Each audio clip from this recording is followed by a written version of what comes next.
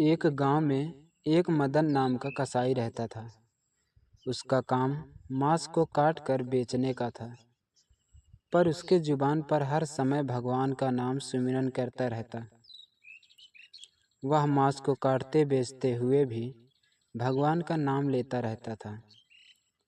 एक दिन मदन अपनी ही धुन में कहीं जा रहा था।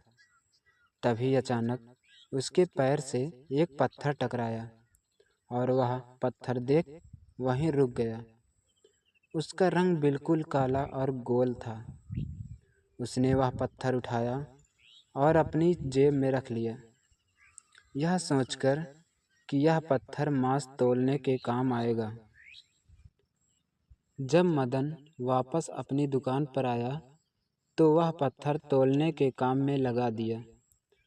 कुछ दिन इसी तरह तौलने के बाद वह समझ गया कि यह पत्थर कोई साधारण पत्थर नहीं है, क्योंकि जितना वजन उसको तौलना होता वह पत्थर उतना ही भारी हो जाता। धीरे धीरे यह बात फैलने लगी कि मदन कसाई के पास एक पत्थर है जो चमत्कारी है, क्योंकि उसको तौलने के लिए दूसरे बाट की ज़रूरत नहीं पड़ती थी। वह जितना तौलना चाहता वह उतना तौल देता था। किसी को 1 किलो मांस देना होता तो एक तरफ वह उस पत्थर को रखता और दूसरी तरफ मांस को, और वह उतना ही तौल देता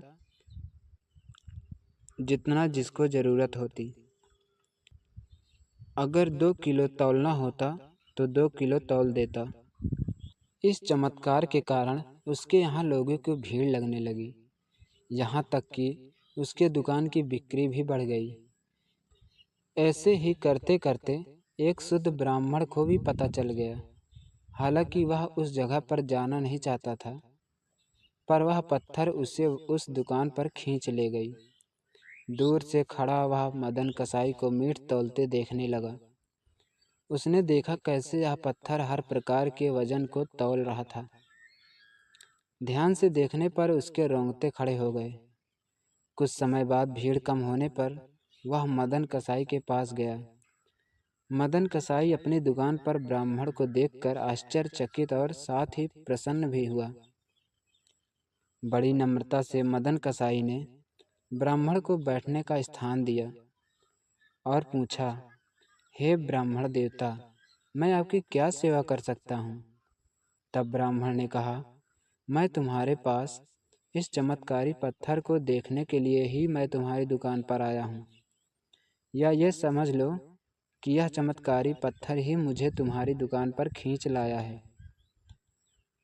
कुछ देर तक बातें करने के बाद ब्राह्मण ने कसाई से कहा, तुम जिसे पत्थर समझकर मांस तौल रहे हो वह वास्तव में शालिग्राम जी हैं, जो कि भगवान का स्वरूप होते हैं। शालिग्राम जी को इस तरह कटे गले मांस के बीच रखना व मांस तौलना बहुत बड़ा पाप होता है। मदन कसाई बड़ा ही सरल स्वभाव का भक्त था। उसे इन सब चीज़ों का ज्ञान नहीं था। ब्राह्मण की बात सुनकर मदन को लगा कि अनजाने में उससे बहुत बड़ा पाप हो गया है। फिर वह विनम्र पूर्वक निवेदन करके ब्राह्मण को वह शालिग्राम दे दिया और कहा, आप तो ब्राह्मण हैं, आपको सब ज्ञान है, इसलिए अब आप ही इन शालिग्राम जी की सेवा पूजा करके इन्हें प्रसन्न करें। अतः मेरे योग्य कुछ सेवा हो तो मुझे ज़रूर बताएं। तब ब्राह्मण उस शालिग्राम शिला को बहुत सम्मानपूर्वक घर ले आया और घर आकर उन्होंने शालिग्राम को स्नान करवाया, पंचामृत से अभिषेक किया व उनकी पूजा अर्चना आरंभ कर दी। एक दिन ब्राह्मण शाम के समय सो रहा था। तभी उसके स्वप्न में श्री शालिग्राम जी आए और कहा, हे ब्राह्मण, मैं तुम्हारी सेवा से प्रसन्न हूँ, किंतु तुम मुझे उसी कसाई के पास छोड़ आओ।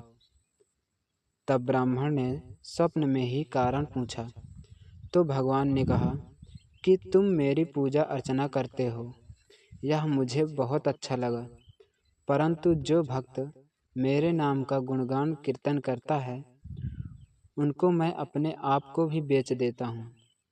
मदन कसाई तुम्हारी तरह मेरी पूजा अर्चना नहीं करता, परंतु वह हर समय मेरा नाम गुनगाता रहता है, जो कि मुझे बहुत अच्छा लगता है।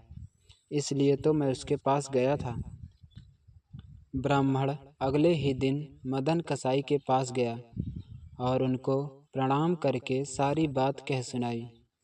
फिर भगवान शालिग्राम जी को उन्हें सौंप दिया।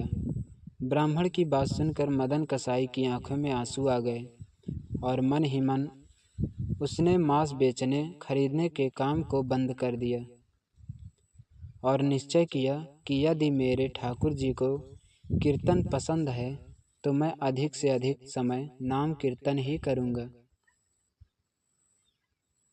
दोस्तों, आप सब लोग जानते होंगे कि पुराने ज़माने में कितना अच्छा लगता था।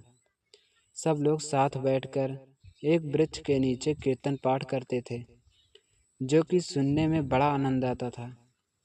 पर आज के समय में लोग यह सब चीज़ें भूलते जा रहे हैं। खुशियाँ होते हुए भी लोग दूसरी चीज़ों में खुशी ढूंढ रहे हैं और इसलिए आज के लोग इतना परेशान और निराश रहते हैं।